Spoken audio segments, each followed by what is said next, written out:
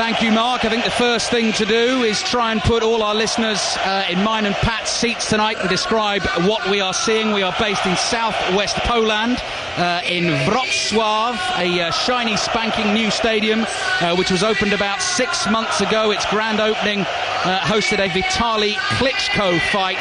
But when we arrived today, Pat Nevin, it almost looked as if they just peeled off the wrapper. It's absolutely shiny, spanking new, and it's a really impressive arena sitting inside here.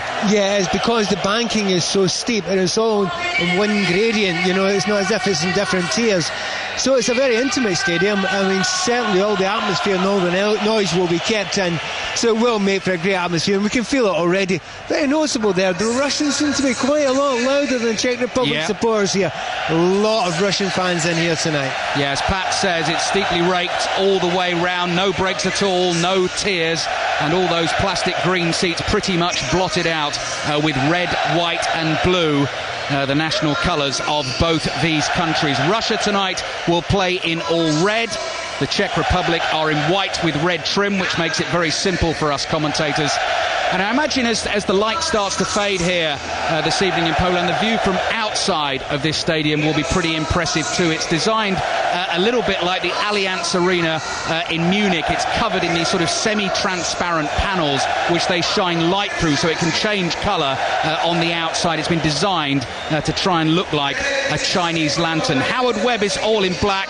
And he is just about ready to get us underway. Russia against the Czech Republic, and I guess the real point to make here, Pat, is first game in this group today. Poland won, Greece won. What an opportunity for one of these two teams to try and seize the group by the scruff of the neck, win a game, and put yourself in a really strong position. It's precisely what I was just about to say to Mark before I handed it to us, but the anthems had to be taken, and both of those teams will feel that tonight. But I think, looking at the Russians, and it's just interesting the way they've lined up, with 4 defenders and all 6 other players on the halfway line wanting to go forward. If that isn't a statement of intent for a team that wants to go and attack and win a game, I haven't seen one. Superb positive outlook from the Russians, and let's hope it's a positive game. And with that downpour that you mentioned beforehand, I expect there'll be a lot happening. And as you say, 2 important players for me tonight. Howard Webb, big one for him and his team, and Gabriel Selassie. We'll talk more about him later. Yes, we will discuss both teams in a little bit. Howard Webb has already had to blow his whistle for the first foul because Alexander Kurzhakov has been clattered straight from kickoff. As we look at it, the Russians in this bright red kit play from right to left in this first half in the municipal stadium here in Wrocław. 5 Live at the Euros, second game of the tournament. A hugely dramatic start if you caught it this afternoon. The hosts Poland drawing with Greece, both teams ending with 10 men. Greece having a penalty saved by Poland's reserve keeper after Szczesny was their man sent off. And here's Arshavin with his first dribble of the tournament. Low cross into the penalty area is cleared, but not too far. A rather desperate hack away, this time from Hubnik for the Czech Republic. They're all in white, and this is their first attack being launched down the left-hand side. We're just under a minute in. It's Pilac for the Czech Republic. Passes back into midfield. I get you through the two team lineups just as soon as I can. Thomas Rosicky, a name familiar, I'm sure, to all our listeners. The Arsenal man is fit to start. He swings a pass out to Gabriel Selassie on the right-hand side.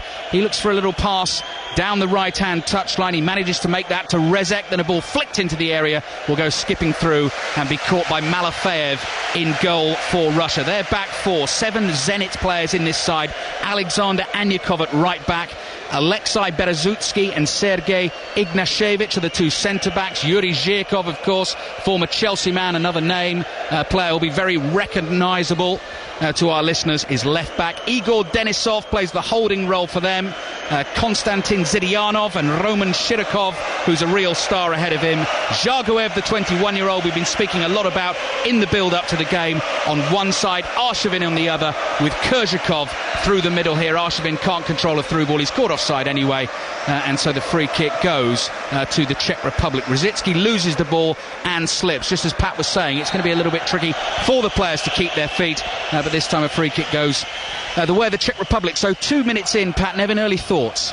Well, it's lively. Both teams are going for it, and I'll just stop as it crosses. Yeah, Rezek is breaking down the right-hand side for the Czech Republic. His cross is blocked, and it comes back to the right back, Gabri Selassie. He continues his run, and he feels that the through ball got a touch on it from Zhirkov. He's pointing to the corner flag, and he gets his corner.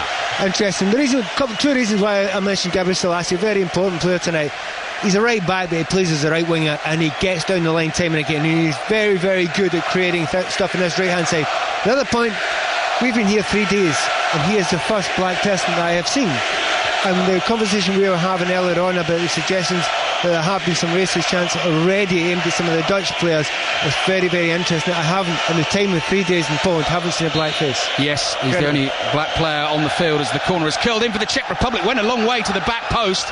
All of the Russian defenders seem to look at each other and leave it, and they get a little bit lucky there as the ball is deflected behind for another corner to the Czech Republic. Russia 0, Czech Republic 0. Tomas Rosický walks toward a huge enclave of Czech Republic fans. As I mentioned, we're actually closer here to the capital of the Czech Republic than we are to Warsaw. There's about 50 miles in it, but it means it's been pretty easy for the Czech fans to get here, and they are well supported. Rosický whips the ball in with his right foot. Goalkeeper comes and punches away for Russia. Little cushion pass. It's trying to be picked up by Zidyanov. He gets there. He's well tackled by the Czechs left back Kadlec. Rosický trying to scoop one over the top, and he wins the foul. Czech Republic line up for you quickly. Petr Cech in goal. Gabri Selassie we just talked about at right back. Czech mother and Ethiopian father.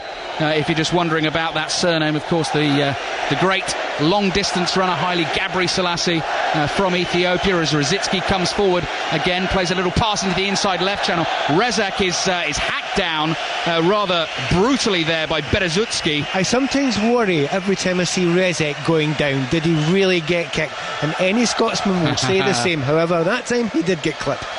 Yes, he was the man who won a penalty late on at Hampden Park in the 2-2 draw against Scotland, and then Scotland I think further. the phrase you're looking for is cheated and dived. Okay, and Scotland further incensed, I seem to remember, Pat, when they didn't get a penalty even later. No, that on in wasn't the game. a penalty either. I'm right. fair that way. Okay, free kick for the Czech Republic. Rezek is up and ready to blast this.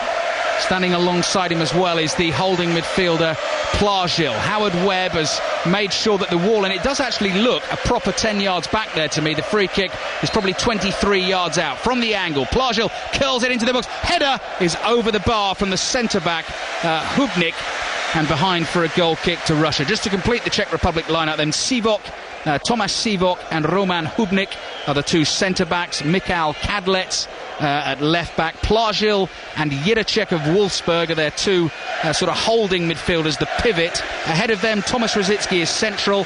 Vaclav Pilaz on the left-hand side. Rezek, we've just been talking about, on the right-hand side, who won that rather dubious penalty in qualifying at Hampden Park.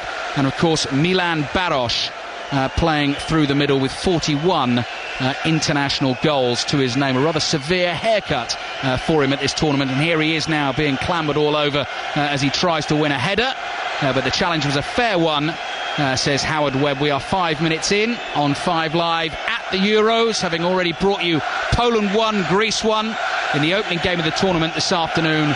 Russia 0, Czech Republic 0 so far here in southwest Poland. Up towards the halfway line, and Rosický chests the ball down again to Rezek, who's well involved early on here as he plays the ball inside to Plagil, who gets past his man, and Plagil now slips a little pass in. Baros trying to get in behind, read by Zhirkov. He's fouled Zhirkov, he goes down, and Russia get themselves a free kick. Pat Nevin. They've rather took over the dominant team quite quickly, Czech Republic. I mean, the first 2 or 3 minutes, you just thought, wait a minute, Russia are up for this.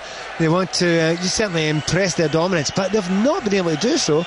Quite impressed with the first 3 or 4 minutes of this period from the Czech Republic. They're getting close, they're playing at a really high tempo, but both teams are trying to do so. So I think a lot of it goes down to that guy Gabri Selassie. He's got tight, but however, he leaves gaps behind him, which right now the Russians are trying to make good use of, but aren't able to. Arshavin going hurtling down the left-hand side. Going to be very interesting, Pat, isn't it, to watch him in this tournament. He was such a star at Euro 2008, and Arsenal obviously got him not straight away after that, paid a lot of money for him. Very disappointing in the Premier League this season, but often when players put on the national shirt, suddenly bang, they get inspired again. Zhagoev trying to slip a ball through, hits it too hard, it's behind for a goal kick. I think Andrea Schaven's a player who needs to be loved, and he likes to be pivotal and central to the team that he plays for. If he's a player who's kind of getting the ball every now and again, every 10 minutes or so, he can be left out occasionally, he can look disinterested, but he's back home now, and a happy Andrea Schaven is still a very good player for me. The rain has stopped in Wrocław. It was falling very, very heavily for about an hour before kick-off. We had a really steamy, sort of muggy afternoon, and the thunderstorms had been predicted. Sure enough, they came. The rain has now stopped. There's still a sort of damp little feel in the air and still slightly muggy as Rosicky plays a ball in towards the edge of the box for the Czech Republic. Barros tries a little layoff here away to the left-hand side, and Pilas. And Pilas's ball down the left for the overlapping. Kadlec is intercepted, and it's out for a throw into the Czech Republic, who have, as you say, Pat, started well. Weren't necessarily expecting... a big difference for them is when, obviously when Rosicki's on form, a lot goes through him when he's on form, and he did have a better end to the season with Arsenal than he had been before. Another one of those players who hadn't been fully fit for a good long time, but he makes a difference to that team. In fact, I would suggest, I know it's a cliche, but he makes them tick. Gabriel Selassie, the Czech Republic right back, is allowed to run a long way here. He's up to the corner of the Russian penalty area, then just tickles the ball away with the outside of his right boot to Rezek, who spins away from his marker.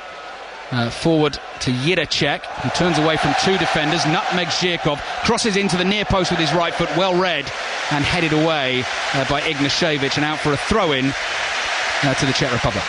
It's actually quite obvious, early on, even in the warm-ups, he was actually looking really lively in the warm-up. Sometimes you can see that in a player in the warm-up. He's up for it. And Jiracek, for me, I think he looked, desperate to get involved in everything, chasing about. He's an all-action player. Well, it's all Czech Republic at the moment, almost 10 minutes in. Still Russia 0, Czech Republic 0. First fixture for these two in Group A. Poland and Greece having drawn 1-1 earlier on today. Tomorrow's fixtures, full commentary, of course, on both on BBC Radio 5 Live. Holland against Denmark kicks off at 5 o'clock. Germany against Portugal is at 7:45. Both games also on BBC One and BBC One HD. That is Group B, and of course that does have relevance to this group as well, Pat, because winners and runners-up in terms of each group will meet each other in the quarter-finals. There's a little distance away, obviously. We heard Clarence Seedorf talking about that earlier on as well. You try and get this first game won, and then you consider the tactics after that. But I think it's going to be a wee shock to the system for the Russians. I think they're expected to be walking out, waltzing around, playing neat little passes in with Arshavin and Zhagoev, and it's just not really happened for them yet, but it is early in the game yet, and the pattern is just slightly now developing. Berezutski with a long ball forward, which is a little bit aimless and hooked away to the left-hand side for Russia, so Gabriel Selassie just lets it drift away, talking of the television coverage of Euro 2012. First day tonight, highlights, 11:30, match of the day, BBC One.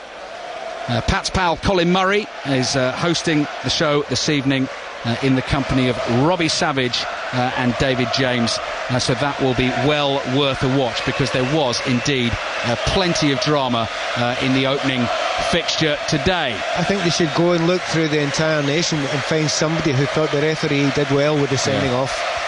Yes. Absolutely incredible. Yeah, it was definitely the reaction, not only inside the stadium here, inside the press room, Twitter, when those kind of things happen, Pat goes absolutely bonkers. You didn't actually even have to see it on replay. It wasn't, there was the guy was sent off and he hadn't committed a foul yet. It was an absolute disgrace.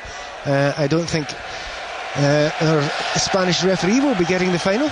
Kadlec ploughing forward for the Czech Republic. Deep ball floated to the back post. Rezek did well to keep it in on the half volley. Just causes a little sort of flutter of panic in the Russian penalty area. Ball's given away there by Ziryanov.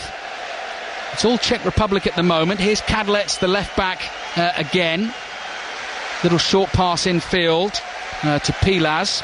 He plays back to Rosicky, lets fly with his right foot and slices it rather wildly. Doesn't quite have the embarrassment of it going out for a throw-in. Very nearly it goes behind for a goal kick. 12 minutes gone, Russia 0, Czech Republic 0. Yeah, but that's exactly what you should be doing on the surface. The ball is going to skid. If you zip it towards the goalkeeper, I watched them in the warm-ups there, they're doing some shooting in between the goalkeepers, and I'll tell you what, there isn't much being saved, and there was certainly very little being caught. Got to get it on target. It'll zip along. The keepers won't be able to catch it and follow it in. So well done, Rosicki. We've got 1/4 of the stadium here in Wrocław. In fact, more almost. There's sort of in about half of the stadium, but in different patches. Not quite doing the Poznan, but it's Czech fans. A lot of them in red shirts, which actually the Russians are playing in the red tonight, bouncing up and down. It suddenly looks like the whole stadium is moving. A rare Russian attack here. Arshavin, the skipper, on the left-hand side, taking on Gabri Selassie. Crosses deflected. Czech tries to keep it in, he can't, and it goes behind for the first Russian corner of the evening, I think. Yeah, but that's the first opportunity, as you say, that Arshavin or any of the Russian forwards have had, to go and get a player right in that 18-yard sort of area.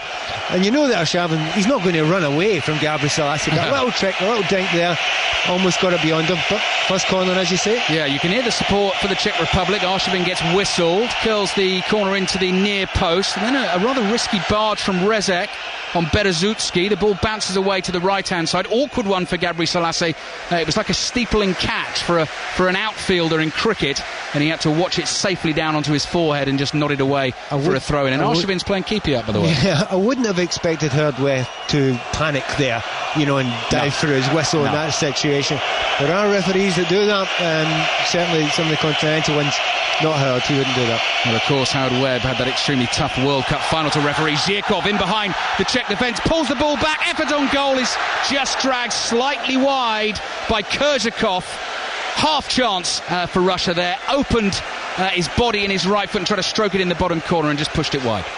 Well, if we remember anything from 4 years ago, for me it was Arshavin and Zhirkov working together sometimes, but Zhirkov was playing left back come inside right, right centre mid, everywhere. He was absolutely everywhere in the field. And if Zhirkov gets the ball and gets forward, I think he's a fantastic player.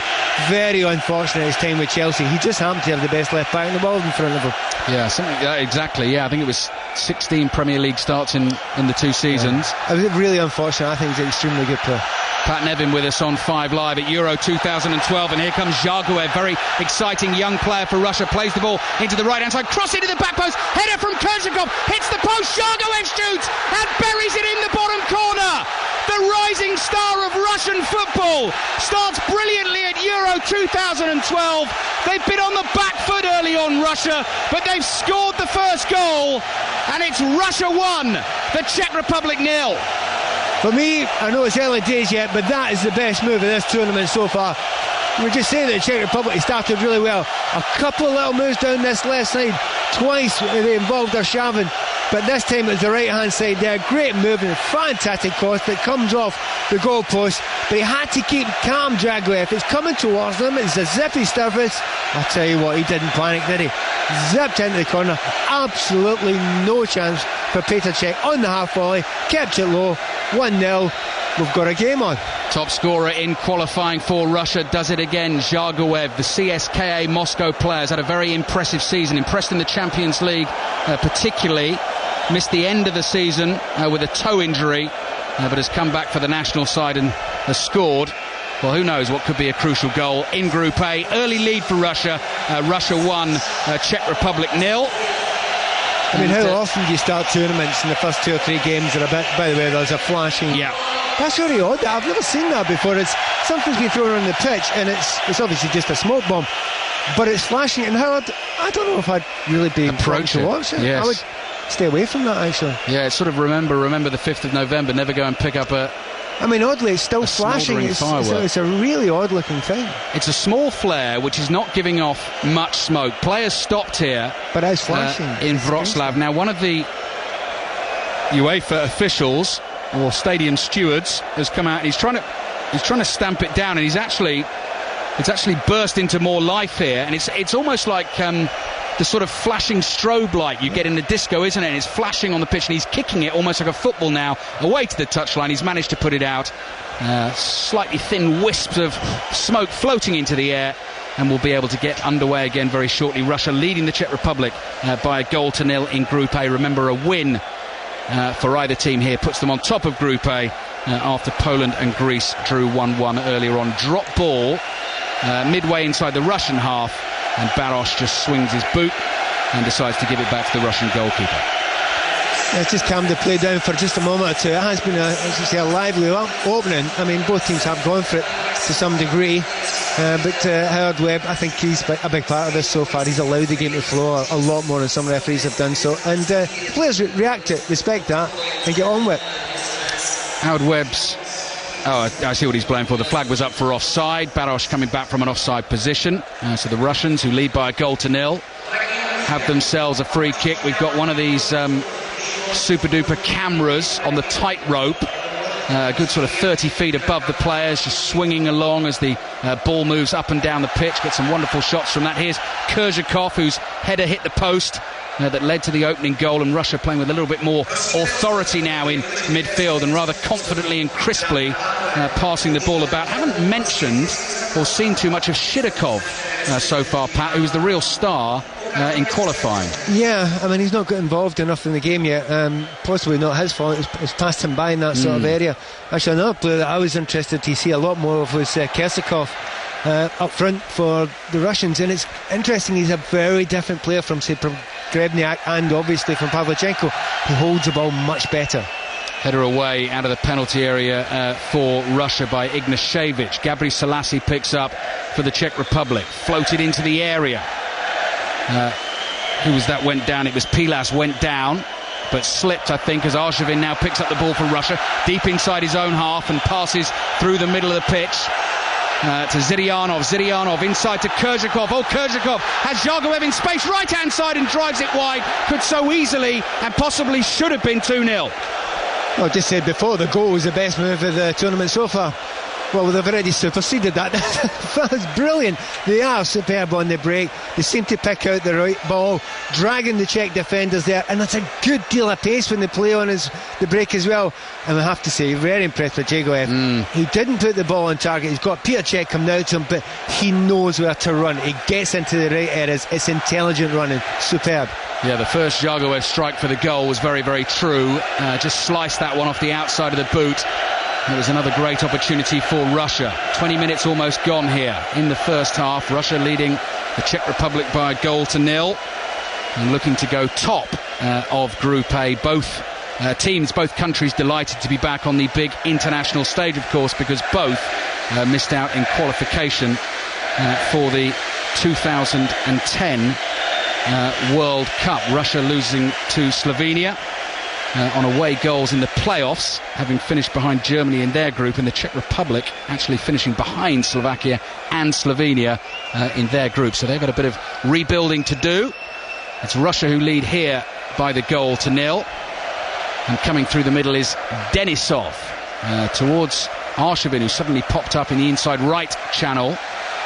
Ball is laid back and out to Zhirkov on the left-hand side, and the Russians are just slowing things down a little bit at the moment and saying to the Czech Republic, well, you're going to have to come and get it. We lead, we've got the ball. Nice little spin away here on the edge of the box by Zhagoev. Real buzz around whenever he touches the ball. Zhiryanov trying to come back and make a challenge on Hubnik here. Hubnik goes flying. Fair challenge. Russia get the ball back. They lead by a 0-0 and they pick up play again just inside their own half, and Kurzhakov here is looking for the 1-2. Arshavin clips a pass high in the air, nodded back towards Petr Cech, and he'll pick this up easily. Pat Nevin. We actually now can see it. It's now becoming clear how the Russians are playing. Arshavin is coming in. He's trying to link up as often as he possibly can with Kurzhakov and Zhagoev. They look great as a trilogy going forward. Barros with a bit of speed for the Czech Republic, trying to get round the outside on the right-hand side. Of course, I should have said triumvirate, but carry on. Managed to keep the ball in play down by the byline. Of course, we've got the additional assistant referees for the first time at the Euros. Interestingly, there's only been one decision being asked of the assistant referee down in the right hand side there, and he didn't make it. He left it to the referee here. So the additional assistant not doing much so far. That's right, that's Martin Atkinson, who's additional assistant away to our right hand side behind the byline, and Mark Clattenburg, a full English team of officials apart from the fourth official who is Portuguese this evening. Howard Webb, the man in the middle. Russia leading the Czech Republic by a 0-0. 5 Live at the Euros. So much fantastic football coming your way over the next month or so. Czech Republic pushing forward with Plagil. Out to Pilaz on the left-hand side. Going to take Anyakov on. Floater crossing to the back post. Rezek was hovering, headed away by Zhirkov, and behind for a corner to the Czech Republic. They trail Russia by 1-0. Yeah, good wing play down that left-hand side there. And Pilaz put a great ball into the back post, but intelligent movement. I really think Zhirkov there could have panicked a little bit. He didn't. He made sure. I mean, there was always a question over Zhirkov's defending, but for me, positioned himself superbly there, got in the way of it, because that was a dangerous one. Plagil is taking his time, number 13 on the back of his white shirt, to take this corner for the Czech Republic. Left-footed player from the right-hand side. It'll be an in-swinger. Plenty of white shirts in then. Oh, it's flicked on and straight at the goalkeeper, Malafeyev, who makes an easy catch. And one of those, as a keeper, I think you're very relieved that it's straight at you, because it's coming at pace. Well, I'll tell you what, goes either side of him is in the net, because it's very noticeable that the Russians didn't leave anyone on the posts there, which is a bit shocking in this day and age of football, because that's where the ball tends to creep in from corner kicks.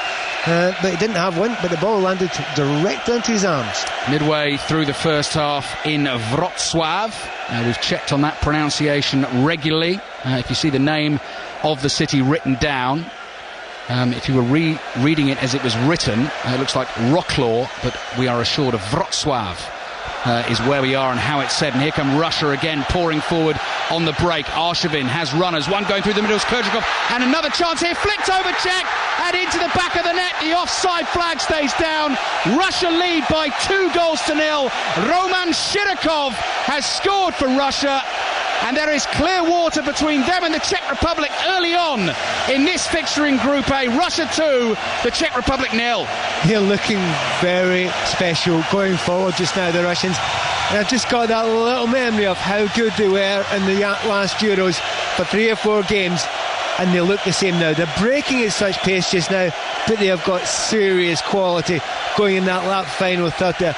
That little dink over Petr Cech isn't easy. Yeah. A quality player like Petr Cech, but they just slide through the Czech Republic, whose defence hasn't been great, let's be honest about it. But those little half positions that Jagorov's finding, that Arshavin's finding, that now Shirokov is finding, and they're all being laid in by that man Kerzakov. Tell you what, they look good. Yep. We said Shirokov had been quiet, and of course the very next thing he does is pop up on the run on the right hand side with a wonderful little clip finish, as Pat Nevin was describing, over Petr Cech. And Russia are truly up and running in Euro 2012, reached the semi-finals 4 years ago against Just Hiddink, and then ran into that very formidable Spanish side. I remember they beat Holland in the quarter-finals there, Pat, but they just are playing with a real elan and verve. They kind of ran out of energy as much as anything else. Now, I don't think they had anyone get injured or anyone lacked a wee bit of form. I don't think they had much in reserve. I wonder if it's going to be different this season, because I'm just looking at that there, and I'm looking at left back. I think's world class. The 4 players I've just mentioned there going forward are top class players as well.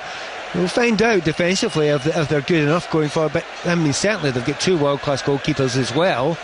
So, I got a little bit excited about them last time, and I was very disappointed when I didn't end up going to the semi-final, but I really enjoyed the play, and they're a joy to watch at the moment. Yeah, they really are. Very enjoyable so far tonight. So are the Czechs sometimes, and Rosicky plays a ball in here, and Malafeyev has to get down to his right-hand side to save the stabbed effort from Rezek, who slaps his thighs in frustration and claims he was pushed over as he got the ball away with the strike on goal. The energy levels of the Russian team is an interesting discussion to have, Pat, if we get a little chance. They've had an extended season in their domestic league because they're trying to move their calendar to match the rest of Europe. So they, a bit like the SPL actually, kind of had a certain part of the season, then broke the division in half and played a load more fixtures, and there were slight concerns, I think, coming in about how much football they played. I suspect even when you look to that, I think everything pales into what the Premier League players go through. I don't think there's a league in the world which tires players out like the Premier League,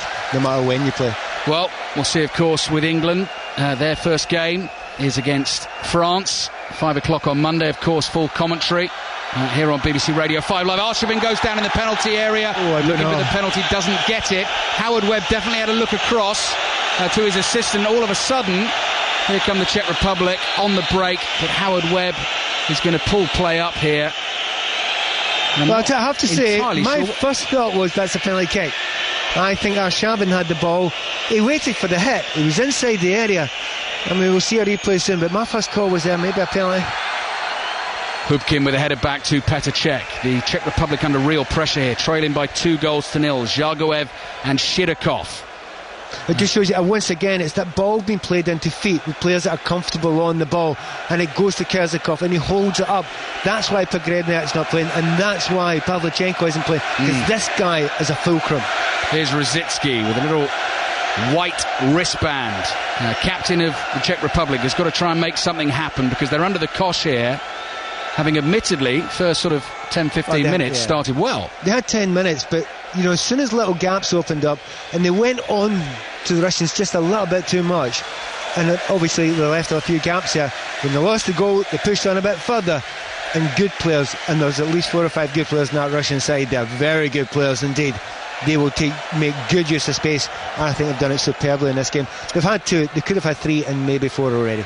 It's Pat Nevin with us on 5 Live here in Poland, southwest Poland, Wrocław, watching Russia leading the Czech Republic by 2-0. Russia coming forward again. Lovely bit of control by Kerzakov. Plays the 1-2 with Arshavin. Doesn't have much support in the penalty area at the moment, so decides to go it alone down by the byline. Good ball across the face of goal.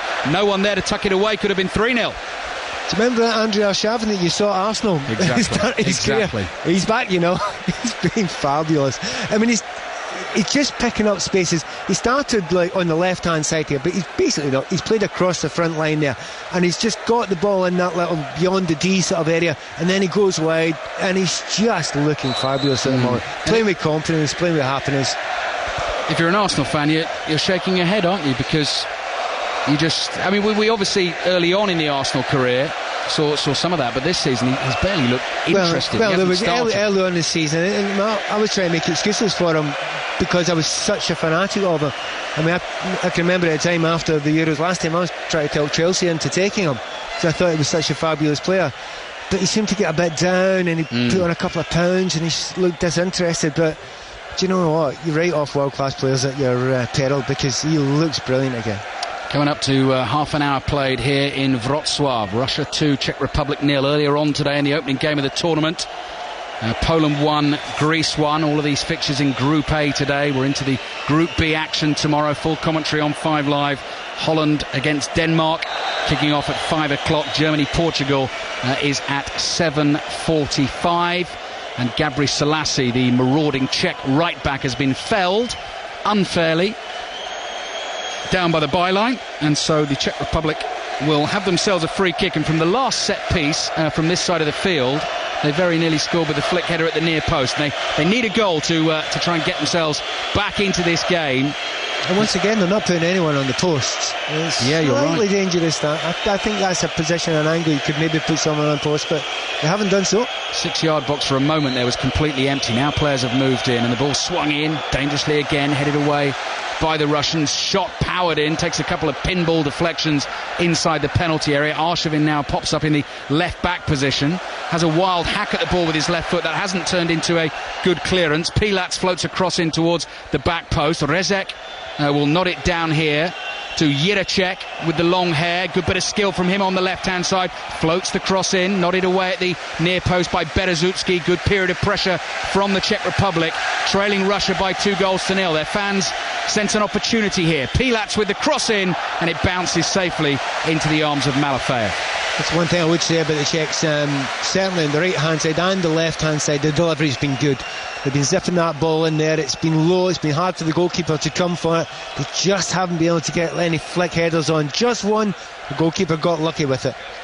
Arshavin is now walking, having laid the ball off to Zhirkov. Oh, it's lovely one-touch stuff again. Shirokov into Kerzakov, who just left the ball behind him. Then nice little turn, this time from the Czechs. Jiracek is stepping away and charging through midfield here. Has Rosicky running ahead of him, and then rather unfortunately slips. He felt he was fouled and slams the ground in frustration with his right fist, because Howard Webb was right there and didn't give him the free kick. And here come Russia looking dangerous again. Arshavin thinks, right, yeah, I will be bothered this time. Here I go. And a rather lazy ball with the outside of the right boot is intercepted on the edge of the penalty area. Russia still lead by 2-0. And here's Pilac. Václav Pilac for the Czech Republic on the left-hand side wins them a throw. You mentioned Jiracek there, and I mentioned earlier on, he's long-haired, he's all action, he's got a great attitude towards the game. He's also got a short fuse. Yes. And it's clear there, he's just a bundle of action. Another thing about him, sometimes completely blows a gasket after about 60 or 70 minutes, so let's see how long he can keep that up. Kadlec floats a high cross into the Russian penalty area. Malafeyev chosen ahead of Akinfeev in goal for Russia, possibly the surprise selection by Dick Advocat this evening, but so far he's been proved right, because Russia have a clean sheet and they lead the Czech Republic by 2-0. Ball inside the Russian half. Zhirkov steps in to intercept. Shirokov, scorer of that wonderful second goal, just clipping the ball over Petr, moves into space here in the Czech Republic half, and suddenly space is opening up for Russia again. Zidyanov plays the ball back into the near post. Here's the chance, just over the bar. Zhagoev this time slides in, can't convert. And goodness me, Pat Nevin, the chances are coming thick and fast. When they get the ball, the pace they pass it at, the intelligence of the pass, the intelligence of the movement. Again, early on, we heard from Clarence Seedorf, and he was saying that, you know, there weren't any clever passers in the first game, but he said you need clever movers as well. Well, you've got both of them in this Russian side, and the fact that the Czechs can't make a tackle to save their lives at the back there, and let's go somewhere we can make a tackle, eh? Yes, what a great link from Pat Nevin. He should be a commentator. Pat's just spotted the note in my hand which says we're going to go and hear about the latest on the Rugby League this evening. Andy Giddings is watching Warrington against Leeds.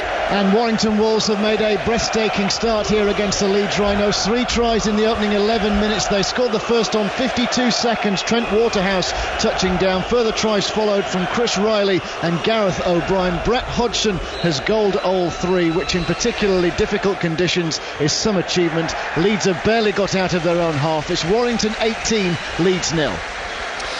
Thank you, Andy. In terms of the other sporting news today, no news really from the third test at Edgbaston. Day 2 washed out. First time since 1964, I was reading, that the first 2 days of a home test have been washed out. England having already won the series against the West Indies 2-0, of course.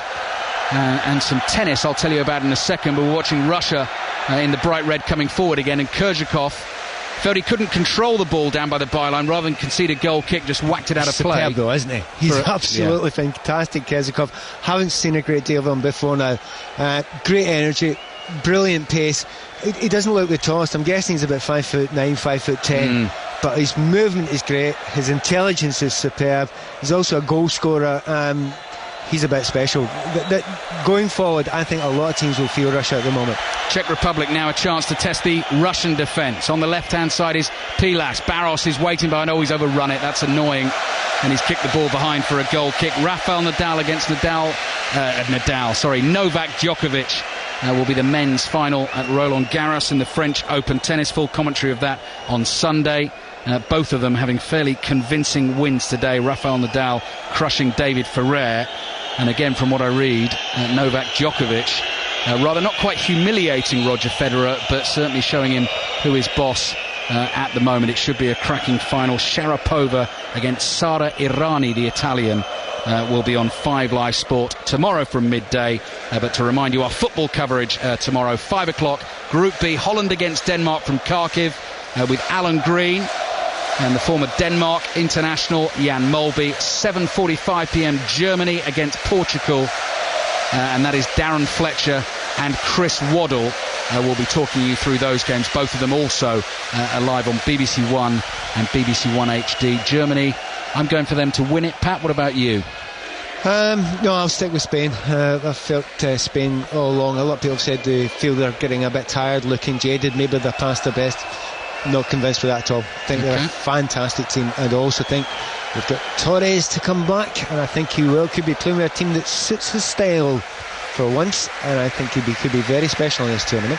Spain-Italy kicks off 5 o'clock Sunday, and then of course the Republic of Ireland make their bow at Euro 2012. They play Croatia.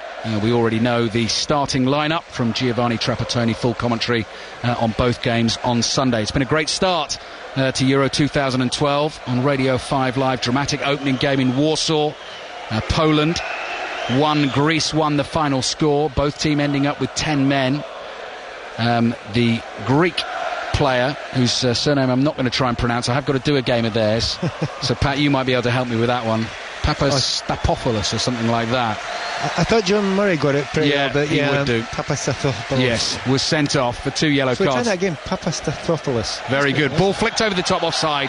Rezek is caught offside for the Czech Republic, so no danger there for Russia. Szczesny sent off in the second half for a trip. But then that penalty save with the score at 1-1, and that is how it finished. Russia leading the Czech Republic by 2-0. I have to say, Pat, as well, very pleased to have you with us here in Wrocław. Your story of your arrival at the airport, where we were slightly concerned you might not make it to the hotel. Yes, it's very difficult for them to understand. Well, obviously the Scottish accent didn't help, but I did ask to be taken to the Hotel Bugatti, and I had lots of strange looking stares at me. 3 taxi drivers all looking at me. Hotel Bugatti?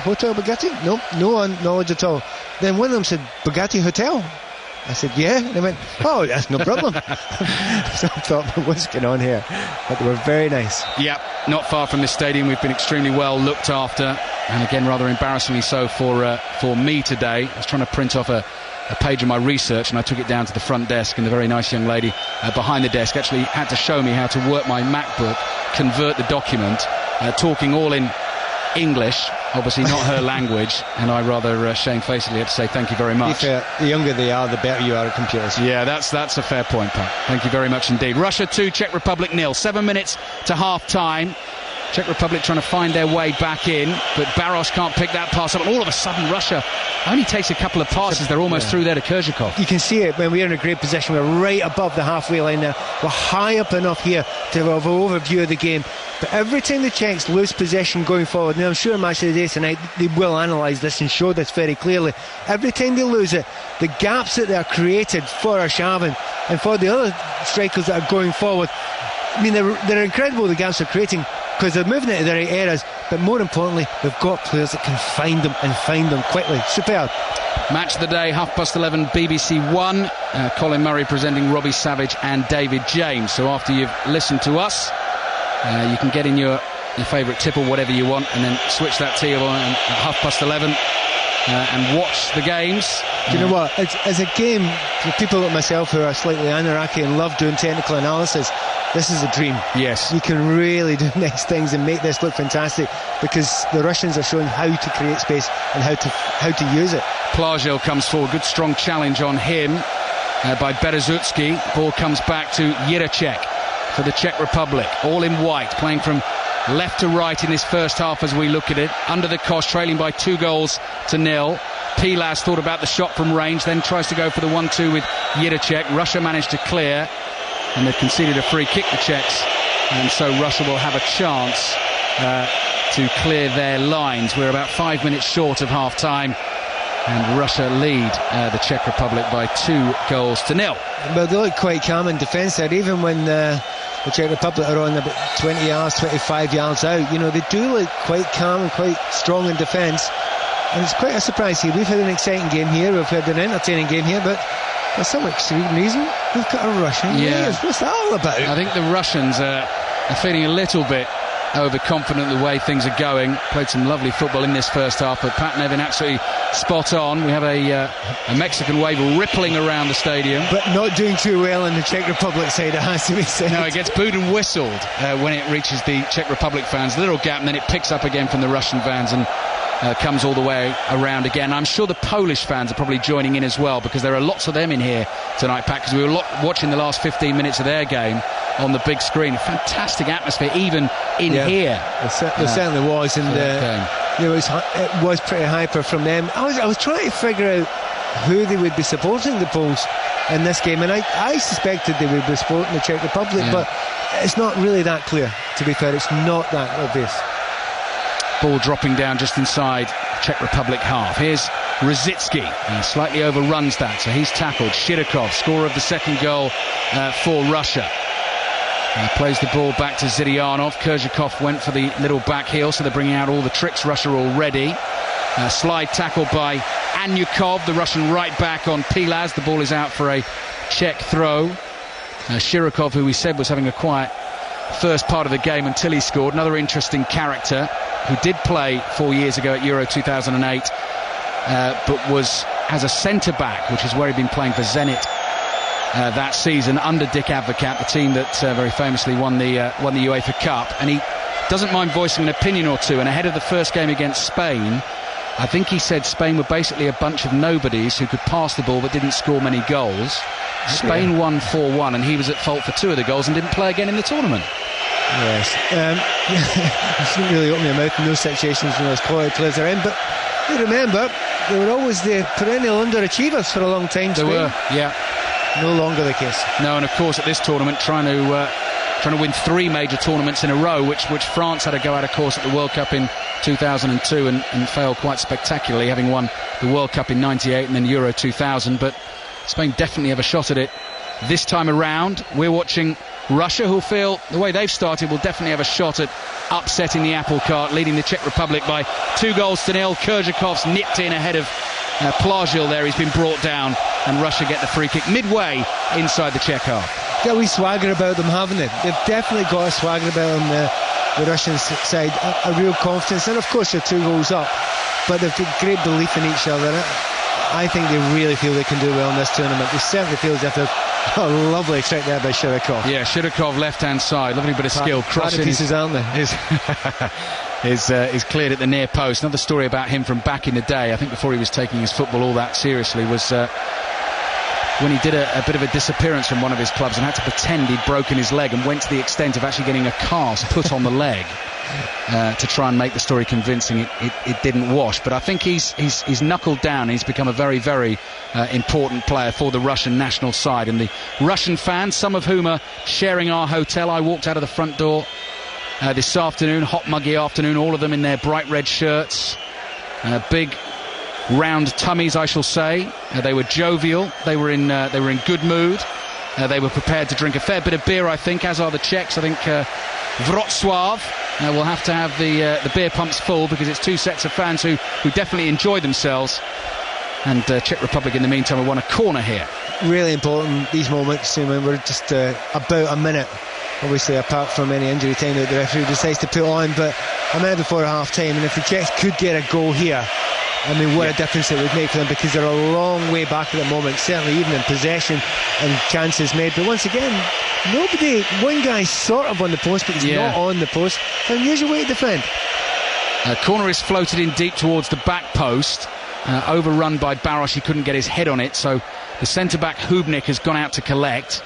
Facing away from goal on the left-hand side, plays the ball back into Jiracek, who's tackled, and wins the throw, takes the throw, gives it to Pilas on the left-hand side. Rosicki is sitting deep, as Pat was saying, be a perfect time for the Czech Republic to get a goal. Cross swung into the back post, nodded down, and Malafeyev catches it at his near post. He's not the tallest of goalkeepers, and it was slightly awkward that as he was jumping forward, you could just see it maybe possibly bouncing over his head. Zipping there, but I have noticed about him, you see he's not the tallest, but he's very keen to come out and catch. You know, we know a lot of goalkeepers come out and punch, and you think that's a style.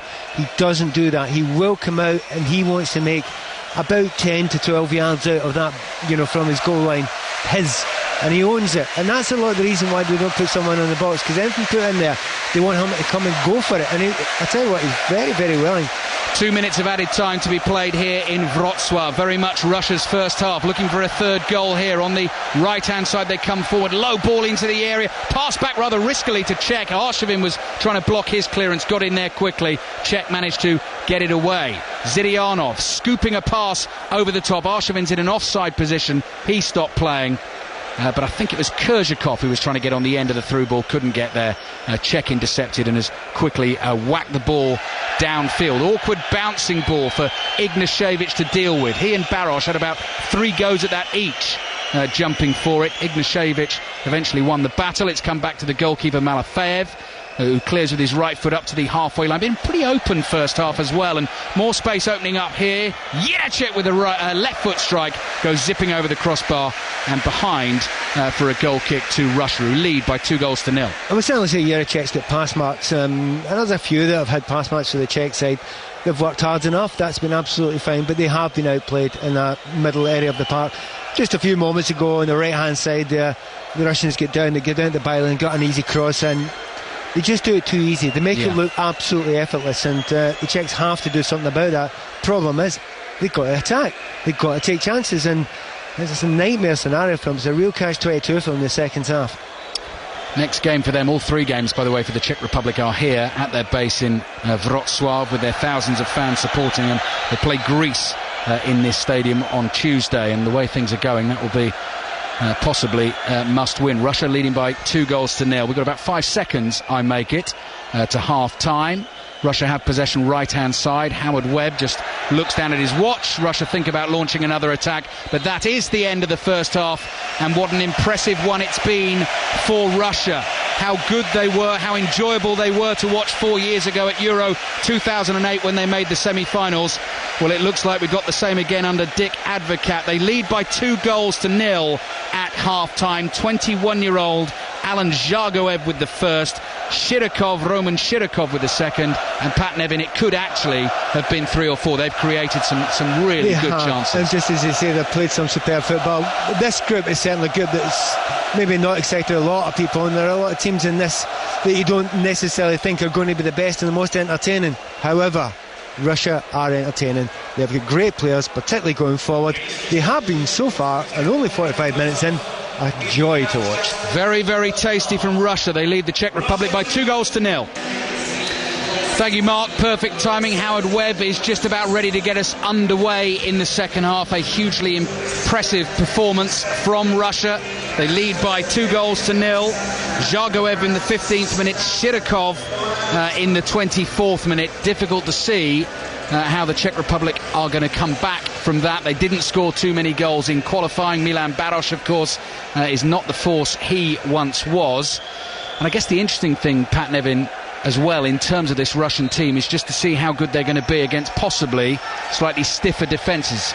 Yeah, I mean, we've only 45 minutes gone, so we're not putting them through yet. But, I mean, if they do get out of this group, they've probably got Germany or Holland waiting for them on the other end of it. So, yeah, that would be tough. But they'll deal with what's in front of them, and they'll get a great deal of confidence if they can continue to play in the second half here the way they did in the first half. But certainly there'll be changes. Right from the start, there's been a change by the Czech Republic. They had to do that, and for me, I think they've changed it in such a way where they're going to be even more open in the midfield, which is concerning. Thomas Hubschmann, who's a holding midfielder who plays his club football for Shakhtar Donetsk, has come on to replace Jan Rezek, who was one of the sort of attacking 3 alongside Rosicki and Pilatz. He was on the right-hand side. Yes, he's a sitting midfielder, and as I mentioned just beforehand, that's where they want to play. That's where the Russians are tearing them to shreds. So they need somebody sitting in there. But for me, I've just watched him for a minute here. He's not sitting. He's just gone 3 times. Yeah. So I think that's extremely dangerous. But having said that, you're 2-0 down. You've got to go for it. Super League half-time on 5 Live this evening. Warrington leading Leeds by 30 points to 6. We'll keep you updated on that one throughout the evening. Zhagoev, the 21-year-old for Russia, finds Kurzhakov to Arshavin, so slick and fluid. The passing, Arshavin's ball doesn't find its way through, but he picks up the loose ball, crosses again across the face of goal, and Zhagoev didn't fully follow through, so couldn't tuck that ball away. Once we get a break in play in this second half, I'll run you through the full team lineups once again. Throw in to the Czech Republic midway inside their own half. No changes obviously for Russia. Malafeyev in goal. Back 4 of Anyakov, Berezutski, Ignashevich and Zhirkov. Denisov as the holding midfielder. Shirokov, the scorer of the second goal, alongside Ziryanov in the midfield 3. Zhagoev on the right. Arshavin, who has looked absolutely back to his sparkling best, attacking from the left-hand side, but basically wandering all over the whole attacking 4. And Kurzhakov, the small, nimble striker, one of the 7 Zenit St. Petersburg players in the starting lineup.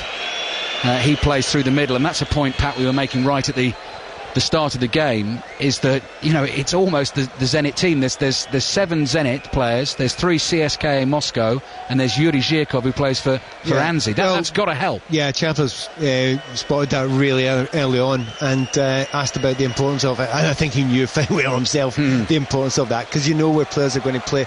Quite often international managers like to play 2 or 3 players around each other, they know each other. Being able to do 7, it's almost a dream for an international manager. Russia leading Czech Republic 2-0. I've got to say the stadium is much quieter in this second half than it was in the first half, which leads me to believe that the Czech Republic, I wouldn't necessarily say have given up, but need something to kind of get them going.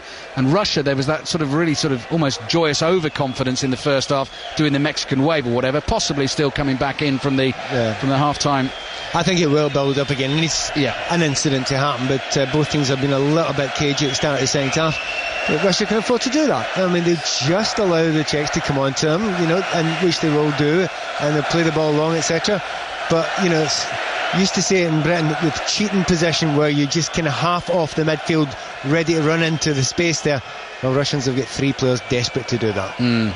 Plagil trying to lay the ball off to Rosicky. Hubschmann, who's come on at half-time, the bright blonde hair, number 17 on his back. Hubkin, the centre-back, is striding forward. He's way out of position now, and Czech Republic could be in trouble if Arshavin can keep it in on the left-hand side. His legs whirring ever so fast as he cuts in towards the edge of the box. Kurzhakov stumbles as he tries to get on the pass, can't get there, and Petr Cech is out, swoops down and immediately slings the ball out.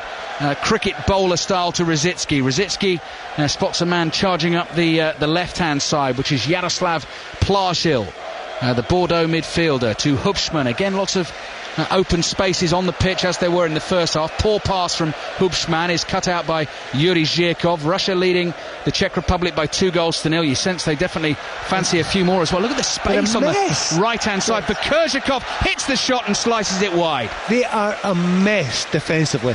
I mean, it's all very well having movement, good players and intelligent players, but you got to mark now and again. It would be an idea, and the marking just looks absolutely dreadful from the Czech Republic so far in this game. Their coach, Pat, Michal Bilek, had a decision to make before this game of possibly playing the left back tonight.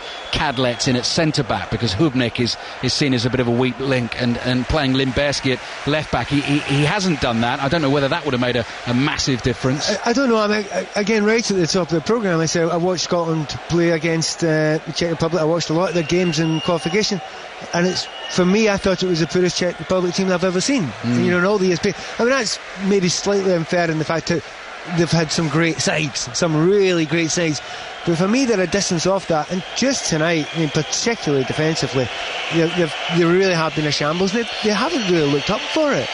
Their lineup tonight, by the way, Petr Cech in goal, has already conceded 2, but not much he could do about either. If they score a goal, you'll see a different Czech Republic. Yeah. Excite them a little bit more and they'll grow in confidence, but nothing much so far. They've not even had many chances, have they? Nope.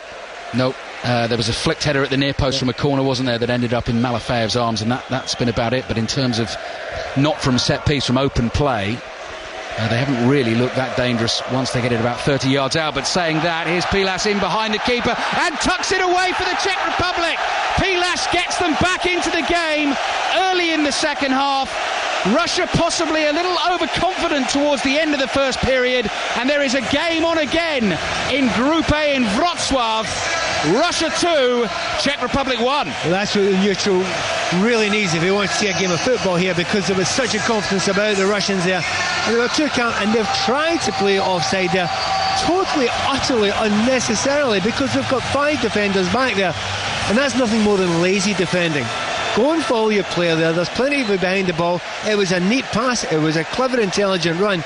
But if he goes and follows his man and marks the player and does his job, there is no chance there. So you're right, they switched off. Nothing more than that. Yeah. Let's see if the Czechs can build in confidence a bit from there. Well, promises to be good fun for us to watch, because Russia immediately come forward again on the attack. Václav Pilas, the goal scorer, second goal for his country, an important one.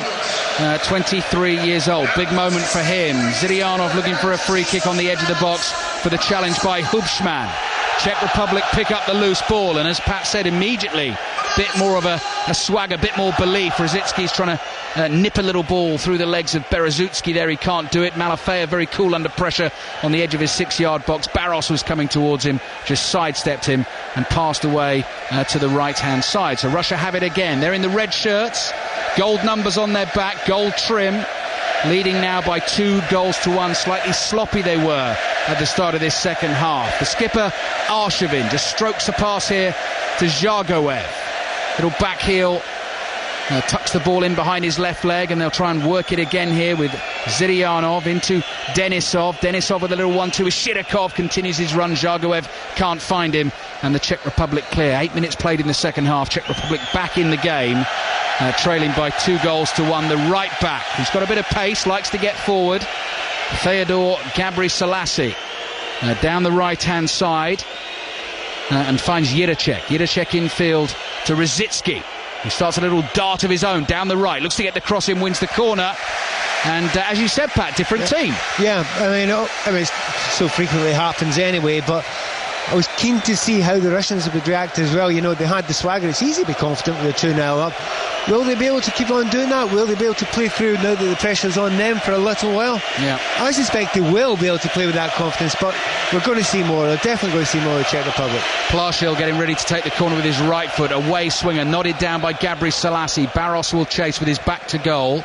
Scoots away, picks it up just outside the area. Rosicky curls the ball in, and goalkeeper Malafeyev comes, and you could see Rosicky's frustration. He knew it was a poor cross. It was too easy to be caught. Denisov's ball is well intercepted. Really good tracking back there from Jiricek, because otherwise the Czech Republic were wide open, but they're coming forward again here. Trailing Russia by 2-1. Kadlec curls across in. No one quite made the run for him in terms of where he was putting the ball. Hubschmann chest down on the halfway line, and the Czechs have it again. And I do realise I haven't got through their team for you just yet. Gabri-Selassie right back, Sivok and Hubnik are the centre backs. Kadlec is playing at left back. Hubschmann came on for Rezek at half-time. Plášil, Jiricek, Rosicky, Pilat's the goal scorer, and Barros up front. Strike from Shirokov is well wide of Petacek's goal, and it's behind for a goal kick. Throughout the game, though, Pat, it's been very, very open. I mean, it's been fun to watch this. Yeah, it has been. It's been end to end, and it's, but once again, that opportunity that Russia got, it's exactly the same as they've been doing the entire game. It's how they've got the goals. They just break up play, you know, from the midfield, and then they do zip forward really quickly, and they're finding lots of gaps. They will continue, there's no doubt, they will continue to find those gaps as this game goes on. This is such a dangerous game for the Czech Republic to play, but they have no choice, they have to play it. And by the way, as you say, it makes it great to watch. Yeah, fantastic fun. If you've just tuned in, this is BBC Radio 5 Live at Euro 2012. And you've missed some pretty dramatic and pretty good football so far. Poland 1, Greece 1 in the opening game this afternoon in Warsaw. Both teams finishing with 10 men. Szczesny, the Arsenal keeper, sent off in the second half with the score at 1-1. But the Polish reserve keeper came on and saved a penalty to keep the scoreline that way. Here we've watched Russia tear the Czech Republic apart in the first half. They were leading by 2-0. Could have possibly been 3 or 4. The Czech Republic have pegged them back early in this second half, and we really do have a game on, and some more cracking football to come on 5 Live tomorrow, which will be in Group B, as Kurzhakov tries to get on the end of a pass, and then Sivok for some reason felt he needed to get a foot on the ball and rather waywardly played it back towards his own goal. Petacek did really well for his team there, scurried across the byline, cleared, and the Czech Republic have picked up possession again, and their fans believe, the players believe. Rosicky's pass doesn't find its target. Anyakov's fouled as he goes to get it. 5 o'clock tomorrow afternoon. Alan Green and Jan Molby will bring you commentary of Holland against Denmark. Darren Fletcher and Chris Waddle from 7:45.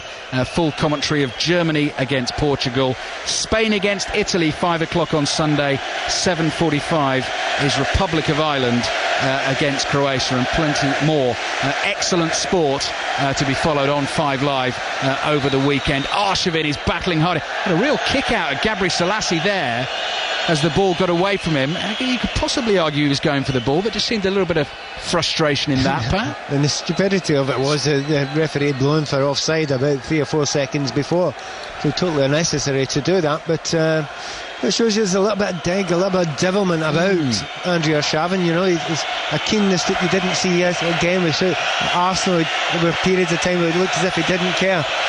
But since we're chatting there on 2 or 3 occasions, there have been last-ditch tackles again from the Czech Republic defence. Eventually, they're going to let one through. Which is exactly what is making this so fun to watch, because they're playing the risky game, looking for the equaliser. Russia, we know, are absolutely deadly pouring forward, but at the moment the Czechs are holding them. They are making those tackles, and they are trying to get back into this game. Russia 2, Czech Republic 1. 12.5 minutes gone in the second half. Rosicky rolling a pass towards Jiricek, lays it back to Rosicky. runs into the edge of the box at speed, fired the pass in crisply. It was blocked, and Denisov picks up for Russia, turns inside, spots his skipper Arshavin. He's got a very languid running style about him, just casually eats up the grass, looking for the 1-2 here. Has Zhagoev alongside him, edge of the box. Zhagoev just slides the pass on to Zidyanov, back to Shirokov, who tried to dink one through into the penalty area. It was cut out and read by Hubschmann. And now here is the Czech goal scorer Pilas, who dinks the ball down the left-hand side. No one made the run for him. And Berezutsky intercepts for Russia. There's just a smoothness the way the Russians pass the ball forward, isn't there? You know, it is with pace. It's always onto the player's foot as he's going forward. He never seems to have to check out of it, and that's the reason why they can attack at that sort of speed. Czechs don't seem to have that fluency at all in the game. Lovely turn from Zhagoev, but Hubnik in the end just managed to get the tackle in through sheer determination. Rosicki's floating one over the top towards Barros, who, as ever, and as he ever was, is a willing runner. But Malafeev isn't lacking in confidence, is he? There's about 3 or 4 times the Russian goalkeeper, the ball's coming back to him, instead of lumping it or playing an early pass, he waits until the forward's about a yard away from him and plays the dicey pass, but he's confident.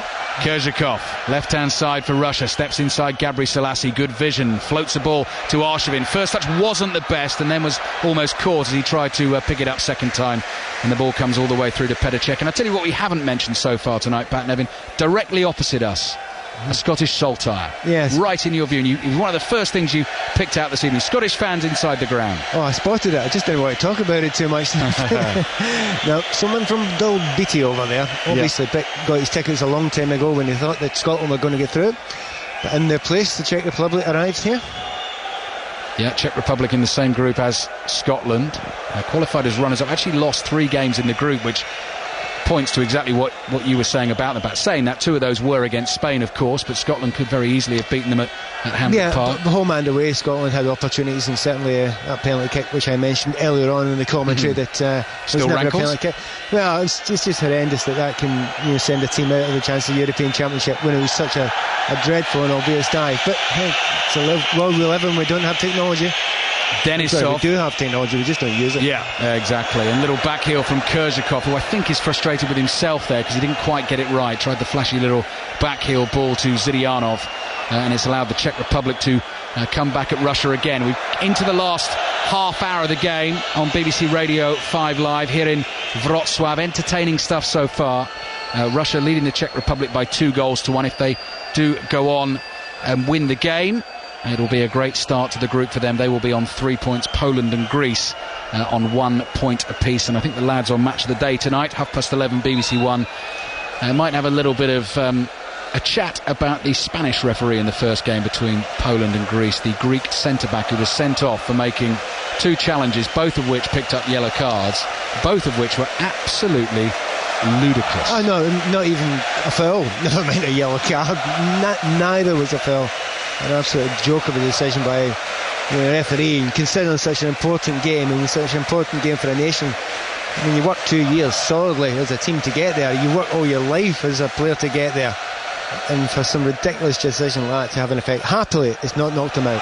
Ball played through here for Kerzhakov, breaking down the left-hand side. All good defending from Hubnik, stood his ground, and the last touch came off Kerzhakov and goes behind for a Czech goal kick. Russia 2, Czech Republic 1. Another plug for you in terms of what you can get, our content on the BBC throughout Euro 2012. The 5 Live Football Daily will be available to download as a podcast throughout the tournament. Today's podcast will be available from around about 11 o'clock this evening. Clarence Seedorf will be on it, David Pleat in the studio with us tonight, Robbie Savage, who was with us earlier on, the latest from the England camp, and of course reaction to the opening games of the tournament today. bbc.co.uk/5 Live. Driven shot goes flying over the bar from Ziryanov. They don't mind having a shot. Either the Russians, quite happy to play it in and try and work it through, but if the opportunity presents itself, will also let fly. They lead by 2-1, and it has to be said, Pat, there are plenty of talking points for Match of the Day and the 5 Live Football Daily. Good start to the tournament today. There is, and you know, you could have actually looked at these fixtures and maybe considered that they could have been the dullest fixtures of the entire campaign, you know, but they haven't been that. They've been very good, they've been very lively, they've been, as you say, plenty of talking points in them as well. Just for a moment there, the first time Dick Advocaat, the Russian coach, has come out, looked a little bit animated. I think he is seeing one or two little signs of tiredness creeping into his team. And you mentioned that earlier on, the fact it's this time of the season for them, there might be a bit of tiredness keeps in. Yeah. It shouldn't be happening just now. There's only 63 minutes gone in the first game. Here's a man that's not tired. Fantastic ball from Shirokov, finds Zhirkov, who tried to take a touch and get inside Jiricek. Again, good defending from the Czech, wins himself a free kick. The Czechs take it quickly and they come forward. Russia have plenty back in the red shirts here. Rosicki just easily steps away from one man, slides the ball across to the goal scorer Pilas, edge of the area, hits the shot, blocked by Berezutski, spins out. And the game's incredibly open. Yeah. There is about 70-80 yards between the two defences, which means there's a massive area in that midfield, which means there's lots and lots of space in that midfield, and that's why we're getting this to and fro game, and it's an exhausting game to play for. Arshavin, lovely little ball in, driven by Kurzhakov wide of the right hand post. What a fantastic little, first of all vision, then execution of pass by Arshavin. It's possibly in my career my favourite ball I used to play. I spent most of my career playing that ball, cut in from the right hand side and wait for someone to break just from a slightly deep centre forward area into what used to be called the inside right, beyond the play, and he just timed it perfectly. And what a disappointment that he couldn't be on target there from Kurzhakov. You've got to put them on target. He's 1-on-1 with the goalkeeper. I know it's an angle, but you've got to get that on target. Yeah, been impressive so far tonight. Kurzhakov hasn't got on the score sheet, scored a couple of times in the warm-up games and gets the nod at the moment, ahead of the likes of Pavlyuchenko and Pogrebniak, but good options to have from the bench. I would suggest possibly a better footballer than a writer. In the research I did on this Russian side, I'll come back to it in a second, because Anyakov now breaking forward from right back, lays the ball in to the edge of the box, pass comes across, and here is Kurzhakov with his back to goal, trying to get it back to Zhargoev, the 21-year-old. Crisp pass clipped directly across the pitch to Arshavin. Step over from him, finds Zhirkov. Zhirkov stands the ball up, headed away by Sivok, and the Czechs will come away down the right-hand side. Alexander Kurzhakov decided to write an autobiography, aged 20 years old. Not quite sure what he had to say then. Title of it was Up to 16 Years and Older. Which is not the snappiest, is it? I can't imagine that was a particularly riveting read, but... Give me Dostoevsky any day. Pat Nevin with us on 5 Live at the Euros. We have 25 minutes to play in an intriguing second half here in Wrocław, the largest city in southwest Poland, very close to the Czech border. Zhargoev appearing down the right-hand side again. Low cross from him is blocked by Kadlec, the Czech left-back. That's a sloppy pass there from the Czech goal scorer Pilas. As Pat was saying, very open game. More chances, you imagine, will certainly follow. Kadlec, Sivok with his right foot. Out to Gabriel Selassie, the right back. And now Rosicki picks up the running, and Gabriel Selassie goes tearing away down the right-hand side to give him an option. Rosicki tries to find him. Zhirkov tracks back, makes the tackle. The ball is out for a Czech throw. It's one of the problems really for the Czechs, because one of their big outs is the right back Gabriel Selassie, and he's got such great pace. Unfortunately for him, he's up against Yuri Zhirkov, so he's getting nothing out of him. Plášil, 30 yards out for the Czech Republic. Still right in this game, scored their goal early in the second half, 7 minutes into the second half, to get themselves back to 2-1. Kadlec, the left back, does well to keep the ball in play. He's the penalty taker for the Czech Republic if that chance presents itself this evening or during the tournament. Plášil again trying to just chip a little ball through here to Jiricek. Plášil then wins a header, but that one's intercepted, and away come Russia. And look at the space for Kurzhakov on the right-hand side, tearing forward, trying to get up with him there. But he's going to go alone, and the right foot shot from Kurzhakov is wild and well wide of Czech's left-hand post and behind for a goal kick. Russia 2, Czech Republic 1. I have to say, everything that Kurzhakov has done, his link-up play, his movement, his passing, everything has been fantastic, apart from his finishing, which has been awful. Yeah. It's absolutely awful. And you wonder why he's not one of the top world names when he plays the rest of his game so well. Well, in front of goal so far, he has been quite woeful. But apart from that, everything else in his game has been first class. Yeah, he can do it, definitely, because domestically, 21 goals in 29 Premier League games this season is obviously a decent return. I suspect he's getting a lot of chances. Yes, playing for Zenit St. Petersburg, the champions. Arshavin miscontrolled. There was a handball. The Czechs play advantage. It's Hubnik, powerful centre-back striding forward. Runs into another powerful centre-back. Alexei Berezutski makes the tackle and the ball out for a Czech throw. You've got to look at this point in time, with the amount of effort that's been put in, it's really tired for those players. This is a very long game of football. Distances that the players have to cover. The managers really need to consider substitutions at some point quite soon, and I know the Czechs have made one so far. I think that was more tactical than anything, but I think you will have one or two tired players out there, and I know that seems strange, only 68 minutes gone in the first game, but it has been one of those games. Yeah, it's been a lung-bursting type of game, absolutely end-to-end. Lovely skill from Shirokov, very cool inside his own half, and here come Russia, flowing freely again. Zharguev looking for the run of Arshavin, looking to get in between two defenders, well read by Gabriel Selassie, covered it, back to Petr Cech, and all of a sudden he passes it 60 yards, and away we go again. Your turn to attack to the Czech Republic, but Yidacek is too easily dispossessed there by Zhirkov. Denisov, the holding midfielder for Russia, just inside his own half. Zharguev comes running from right to left, scorer of the first goal, plays the ball away to the left-hand side, and you can see the Russian players actually catching their breath a little bit here. Yeah, it's clear now, isn't it? Yeah, there's a lot of players out there. They want to rest. And Zharguev, that's another wonderful ball. Kurzhakov, shooting chance, puts it on his left foot and gets it woefully wrong again, dragging it a good 10 yards wide.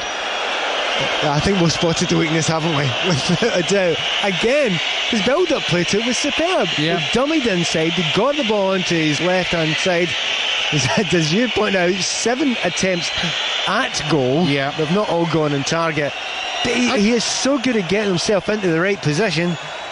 But I mean, that finish was actually laughable. Yeah. It was that poor. It was like there's no other way around it. It was terrible. I'm not sure any of them have been on target. I can't remember him forcing a. He's one of those strikers you get a hold of him and you say, do you know when you're 1-on-1 with a keeper? Pass it. Yeah, don't blast it. Yeah, no, pass it to one of your pals. Pass it to someone else. No, don't try and score, because you ain't going to.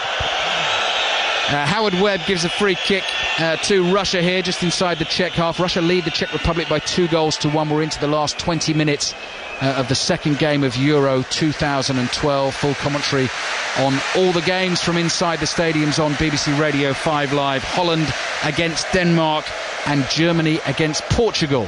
So I think it's good to underline just now, by the way. Yeah. Russia are the better side, still, by a good distance to the better side. But they have tired in the last few minutes, and those chances just haven't been finished off. And the more it happens, 5 or 6 half-decent chances, but also they've got close to creating chances that have been one-on-ones as well. They need to score one of them. You just get a feeling the Czechs are going to get one opportunity. Yeah, game still very much in the balance here. The ball is back with Petr Cech.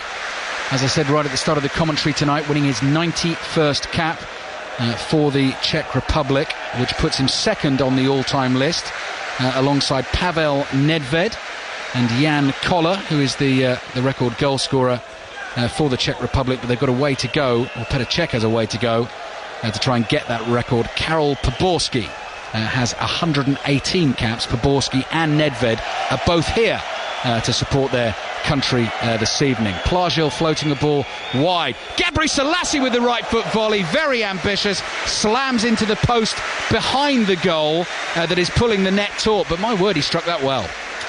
It was a Van Basten moment, wasn't it? Almost. It was almost a Van Basten.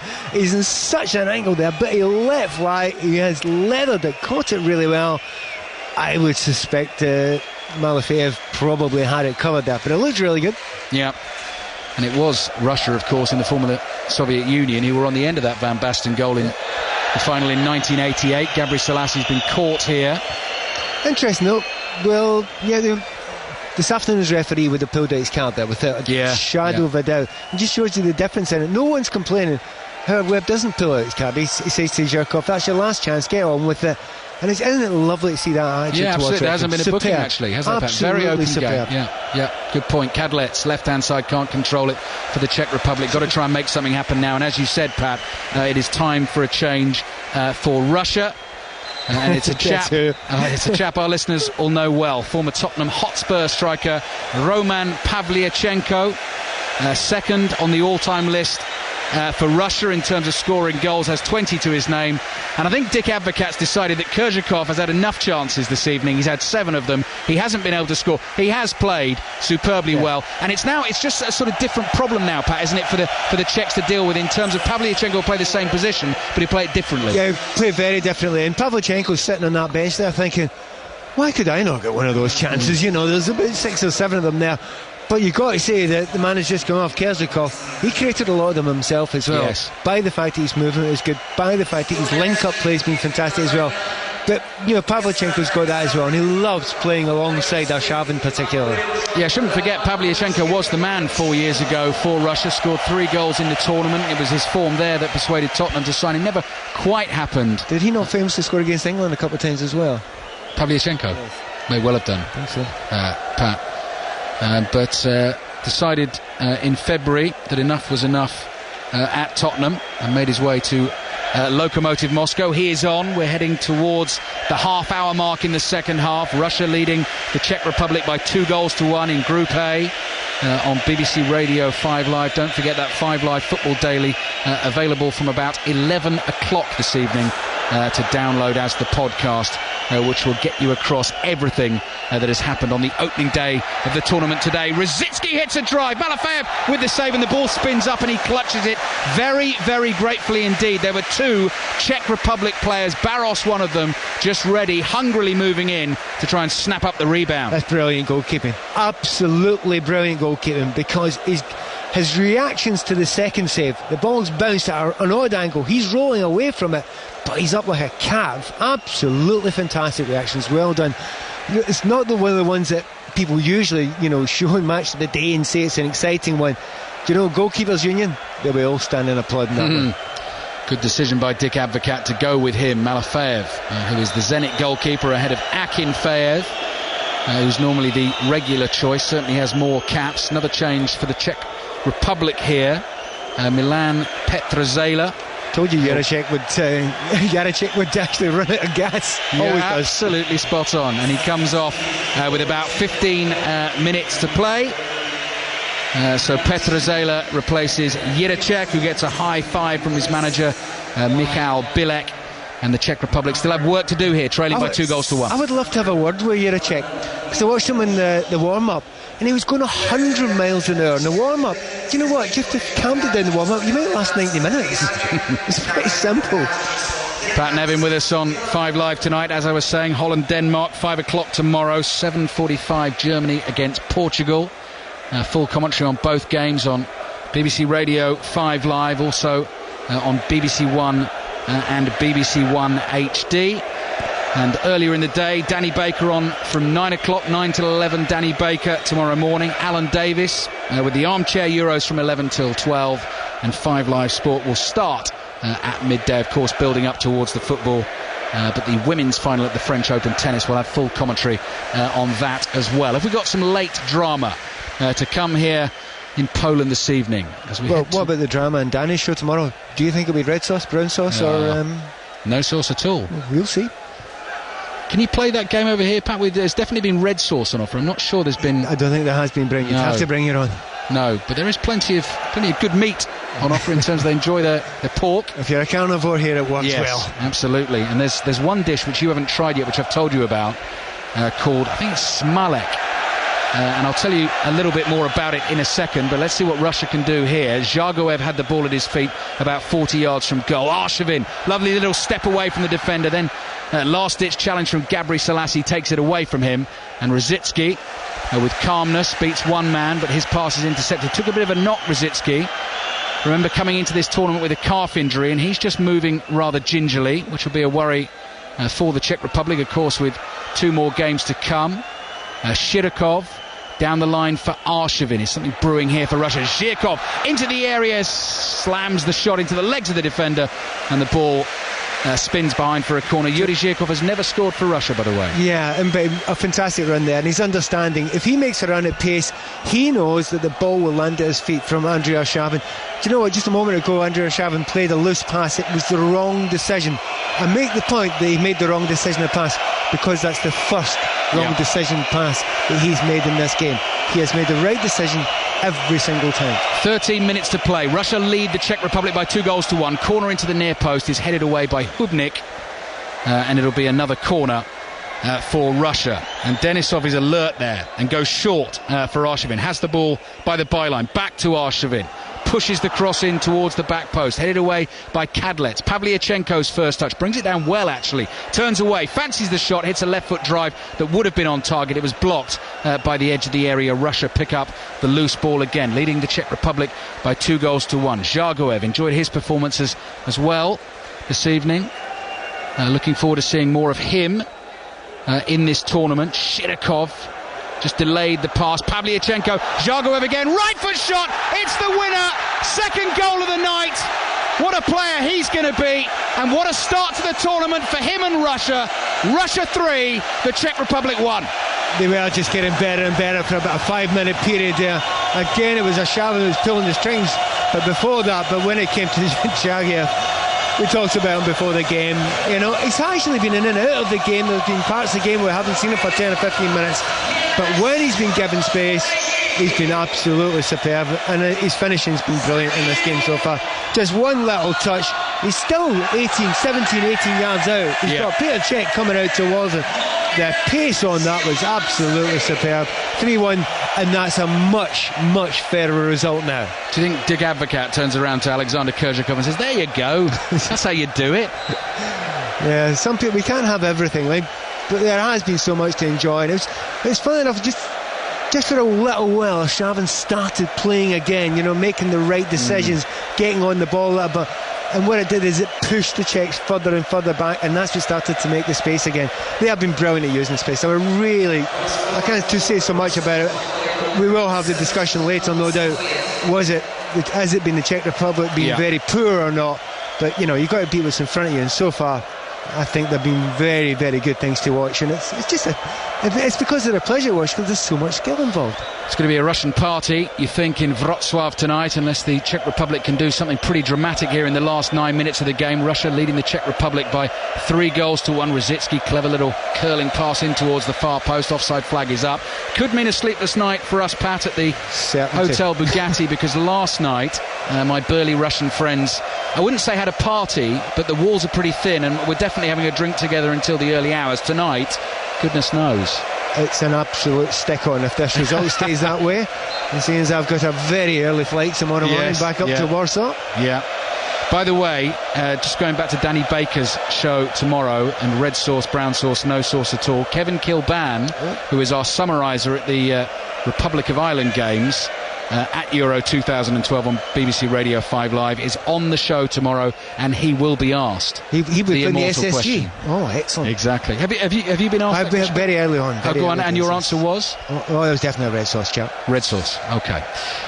Ball played in towards the edge of the box, is cleared by Russia, then it's just slammed straight into the midriff of Arshavin. He's in the mood tonight, just strides forward and casually flicks a pass out to Pavlyuchenko, left hand side. Pavlyuchenko comes striding in, dummies the shot on his right foot, pulls it back onto the right foot again, still going, hits the shot, 4-1. What a night for Russia at the start of Euro 2012. They've looked absolutely deadly going forward. They've slammed 4 goals past the Czech Republic, and who knows, they could be a very decent bet to go a long way in this tournament. Russia 4, Czech Republic 1. Well, the Russians playing like that, to be fair, you don't want to play against them. Now, we've watched them in the past, you know, they've looked fantastic for a short period of time, 2 or 3 games, and then they can implode. But with that quality going forward, we're shaving the Moody's in just now, and being able to bring on the quality of Pavlyuchenko, who loves playing with the likes of Zhirkov, he loves playing with Shirokov, and he loves playing with Arshavin particularly. I tell you what, they're a dangerous looking outfit. Going to make another change now, Russia as well. What an evening it's been for them, leading by 4-1. Alexander Kokorin, 21-year-old, about to win his 6th cap, or is he? Or is he being taken back to the bench? Dick Advocaat is saying stay there, I want you to get on, but he can't do it just yet. Lots of paperwork to be done usually before you do that. Yeah, sort exactly. of thing. 8 minutes to play, and Russia are cruising now. Interesting night, actually. Russia, after a decent start by the Czech Republic in the first half, Russia stepped on the gas, scored 2, got a bit overconfident, conceded 1 early in the second half, but as you say, Pat, class is told in the end. Yeah, and it seemed, we talked about the arrogance, the confidence that they had in the first half, and there's a good reason for it. They're picking them off now at will. You could get another couple of goals in this last few minutes if they put their minds to it. Oh, Arshavin. Oh, crikey. That's twice he's slashed out, isn't it? 2 things there. Arshavin, with a real bit of skill, first of all, had the ball played back to him and had the right leg behind the left and tried to flick it behind the defender. The defender blocked it, and Arshavin just swung his left boot at him. If he caught him... There are other referees who would have given a yellow card for that. Absolutely. And for the one earlier. Russia 4, Czech Republic 1. Arshavin's a bit of an enigma. Good run here on the right-hand side into the penalty area. Goes Pilas. Ball comes back, driven by Rosicky. Dipping volley is straight at Malafeyev, and that is an easy save. And very quickly, just to finish on I'll talk about the red sauce, the brown sauce, and all the food. Smalek, Pat, I was served here a couple of years ago when I came to Krakow with Tottenham, who were playing in the Europa League, and basically, as I remember it, before any meal I had in Poland, you got brought a bowl of lard with a big hunk of white bread, and you sit there looking at it and think, can I actually eat that? And when you try it, it is actually very, very tasty. And in the winter months, I think maybe that's why we've not been served it here. Yeah. Really good sort of insulation for the body. But if you do get off, you've not sold me. No, I didn't think I would have, but it's definitely worth a try. Alan Zhargoev makes way for Russia. What a night for him, the 21-year-old. High fives with Dick Advocaat. Scored 2 goals tonight. Russia leading by 4 goals to 1, and Alexander Kokorin will come on and play the last 5 minutes or so. Whether it be Germany, whether it be Holland, whether it be Portugal or Denmark, whoever faces Russia, well, I'm already putting them through to the quarterfinals. They may not get there, but anyone who plays Russia in this tournament is going to worry about them and what they've got going forward. Now, even before this game, I would have been surprised if Russia failed to get through or even win this group. But after this game, we've watched all 4 teams in this group today, and Russia are a good distance ahead. I mean, it was a good first 10-15 minutes, maybe even a little bit more than that from the Poles today. But I think there's a real class difference, a real step up in class with the Russians. I'm just looking for the BBC Radio 5 Live sweepstake, because I rather disappointingly had Russia beating the Czech Republic 3-1 and Pavlyuchenko slam one in, and there's a massive 30 zloty in the pot, which translates to about £6, I think. Is that a rollover? We could have won that. Is it a rollover? No, because I think Phil Wire, producer, got Poland-Greece scoreline right earlier on today, so he is going to take the money and buy the beers this evening. Free kick conceded by Russia, 20 yards out, leading by 4 goals to 1. Have played superbly well, and now basically just want to avoid injuries, avoid any silly yellow cards. You make a good point there, because Zhirkov just jumped in again. Yeah. And once again, there's many a referee gives a yellow card there, and by the letter of the law in these sort of competitions, that's a yellow card for me. But this referee, he's using a bit of intelligence. He's using a bit of his, you're allowed not to give it if you don't think it's absolutely nasty, and it could have ruined the chances of the Russians going further in this competition had he sent off Zhirkov by now. Nobody's complaining about it, everyone's getting on the game. I wish every referee worked it this way. He's been superb today. Yes, I think Howard Webb has certainly performed better than the Spanish referee in the opening game earlier on. Plagil is just peering around the wall here. There's quite a few Czech players in the Russian wall as well, a lot of red shirts and white shirts. Here he comes with his left foot over the wall, too high, and over the crossbar behind for a Russian goal kick. 4 minutes to play here in southwest Poland, in Wrocław. I'd very much like to be on the outside, obviously, once the game is finished, on the outside of the stadium, Pat, because in the daytime, this stadium from the outside actually just looks like a rather boring sort of big beige blank water cooling tower or something like that. But at night, because of these panels, you can see it's got this glorious sort of indigo glow about it, as Arshavin slides another pass in here to Kokorin. Lovely touch, left foot shot, and Petr manages to make the save. Kokorin comes on, and his first touch is an absolutely brilliant flick back onto his left foot, and he gets a shot on target. My problem with him 4 years ago, I don't think it was strength and depth. I don't think there was enough class coming through. Just looking at it now, maybe not. Maybe they've got a little bit better coming through. And there is a problem with Russian football, in the widest sense, because they're suffering a lot from the FA has suffered from the FA Premier League suffered from too many foreign players coming in and not allowing the young English players to come through in the English league. But the Russians have got the same problem. But it seems to me that they're overcome that. The real quality is coming through. Yeah, I mean, you're talking about the likes of Samuel Eto'o at Angie and the big money that's paid. And here comes Arshavin, such a star 4 years ago. Looks like he's in the mood again, playing the ball in towards the edge of the box. Kokorin started really well with his first couple of touches, just jinked away from two defenders, has decided to hang on to the ball. Hupkins had enough and gives him a shove. I tell you what, wins Russia, and that makes your point, Pat. Only seen 2 minutes of him. He's good. He can play. There's no doubt he can play. Now, I've not seen his weaknesses yet, and it's early days to really. But that guy can play. His movement has been absolutely perfect, done exactly the right things, and he's held the ball out. He's looked quite strong as well. He just looks like a footballer, and he's just another substitute. They have got plenty there, and he's an attacking player. Yeah. I tell you what, I think Dick Advocaat will be very excited with this team. Pogrebniak on the bench as well, of course, who had a wonderful second half of season with Fulham. But I suspect he's not a player who will get that many opportunities. No, you're right. You're right, Pat. The way he plays, I don't think he's the more rounded type of player that Dick Advocaat would want in this sort of team.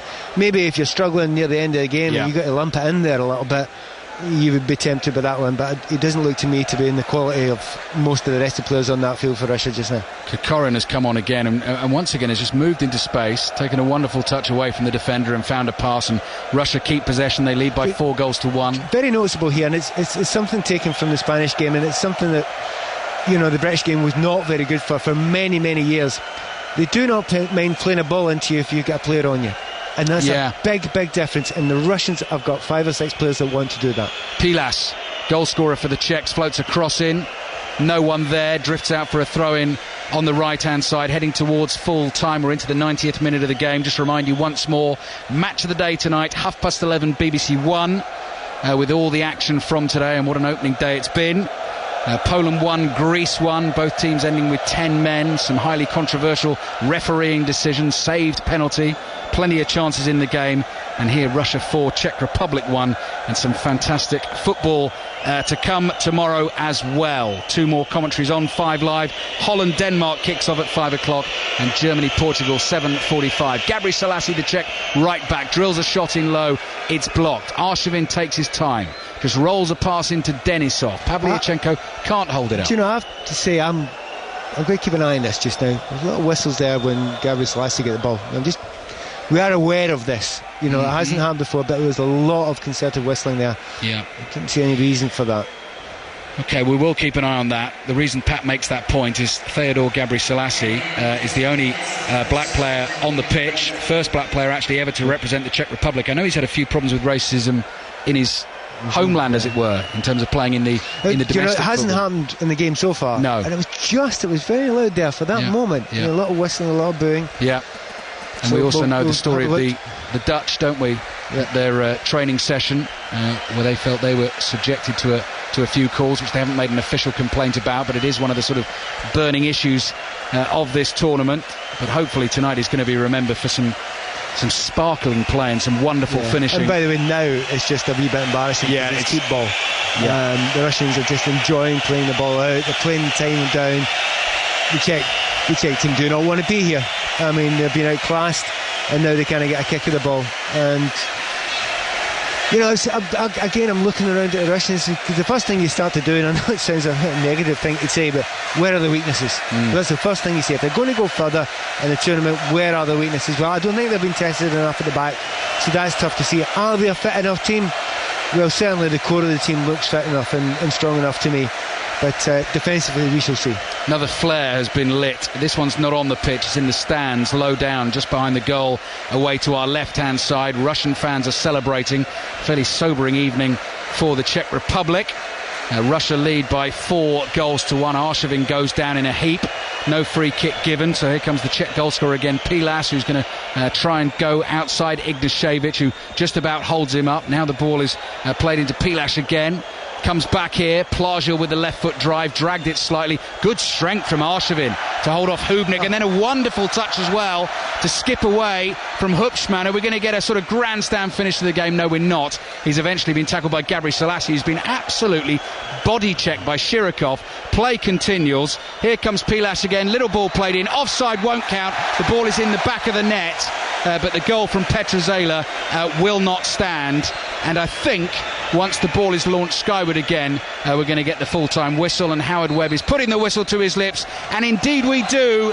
And Russia have been very, very impressive on the first day of Euro 2012. They've crushed the Czech Republic by 4 goals to 1. Alan Zhagoev, the 21-year-old, scored 2. Shirokov and Pavlyuchenko with the others. The Czech Republic made it a game, Pat, early in the second half scoring, but the better team has definitely won tonight. For the second Euros in a row, I have to say I am a fan, and they're my new favourite team, as they were 4 years ago. I enjoy to watch. Beautiful the way they play football, all about skill, attitude was great from all the players throughout.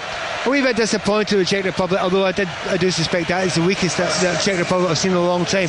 Petrozela and Pilas, keep those 2 players on. They're the 2 players going forward that will make a difference for them, and they could be the team that still gets through here. Whereas Russia, they're a stick-on, certainty. Well done, Howard Webb, refereed superbly this evening. Watch out for Russia at Euro 2012. My word, they were very exciting tonight. They've beaten the Czech Republic by 4 goals to 1, and they sit on top of Group A on 3 points. Greece and Poland on 1 after their draw earlier today. Czech Republic at the bottom on 0.